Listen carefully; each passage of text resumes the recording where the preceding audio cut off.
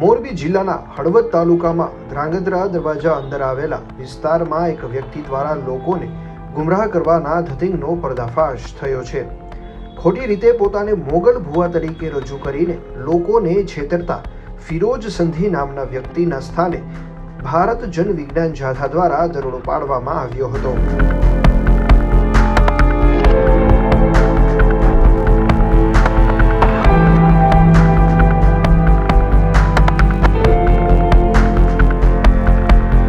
ભારત જન વિજ્ઞાન જાથાએ જણાવ્યું હતું કે લોકોને ગુમરાહ કરવા, તબીબી સારવારમાં વિલંબ કરાવવો, ડરાવવા કે ધમકાવવા જેવા કૃત્યો કાયદાકીય રીતે ગુનો ગણાય છે।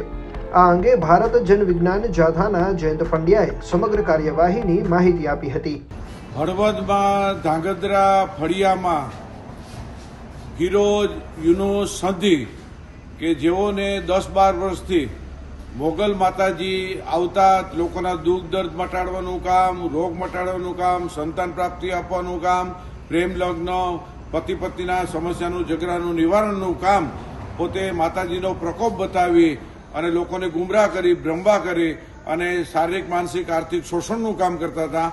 આજે હળવદ પોલીસ સ્ટેશનની મદદથી તેમને પોલીસ સ્ટેશને લાવવામાં આવેલ છે અને આ શખ્સ છે કે જેઓએ સરકારી જમીન દબાવી અને ગૌશાળા ઊભી કરીને લોકોમાં વિશ્વાસ સંપાદનનું કર્યું છે અને આ વ્યક્તિ છે એનાથી અનેક લોકો પીડિત હતા। તેઓ જાતા સમક્ષ આવી અને કીધું કે દોરા ધાગા, ટેક અપાવે અને બ્રહ્મા નાખે છે અને જે સારવારમાં વિલંબ કરાવે છે, જે કાનૂની અપરાધ છે, ગુનાને પાત્ર છે।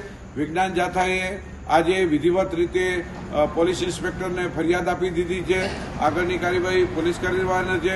અમે લોકોને અપીલ કરી છે, હિન્દુ, મુસલમાન કે ક્રિશ્ચિયનની અંદર કોઈ પણ વ્યક્તિ માતાજીનો પ્રકોપ બતાવે કે ચમત્કારના નામે લોકોને ડર કે ભય ફેલાવે તેની સામે કાનૂની ગુનો દાખલ થઈ શકે છે અને આવા કોઈ પણ શખ્સ હોય અને લોકોને આશ્વાસન આપે કે બ્રહ્મા નાખે તે સંબંધી પણ ગુનો બને છે અને વિજ્ઞાન જાથા આ સમગ્ર ભારતની અંદર લોકોને જાણકારી આપે છે કે નવા વિધેયક પ્રમાણે કે કોઈને બ્રહ્મા નાખવું કે આશ્વાસન, ચમત્કાર બતાવી અને લોકોને ગેરમાર્ગે દોરવું એ કાનૂની તમે કોઈ પણ વ્યક્તિ પોલીસ સ્ટેશનમાં ફરિયાદ દાખલ કરી શકો છો અને લોકો જાગૃત રહેવા જાથા અપીલ કરે છે।